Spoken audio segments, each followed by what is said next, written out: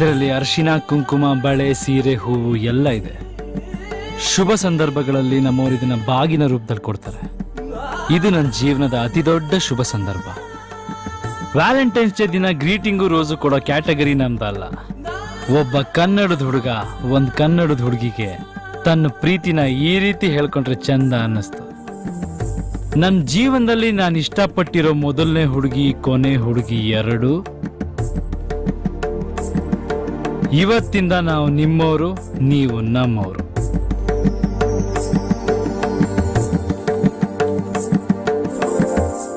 ರಾಮಾಚಾರಿ, ನೀವು ಕಾಲೇಜಿಗೆ ಬರ್ತೀರಾ, ಕ್ಲಾಸಿಗೆ ಯಾಕೆ ಬರಲ್ಲ? ನಾವು ಕ್ಲಾಸ್ ಅಲ್ಲ, ಮಾಸ್.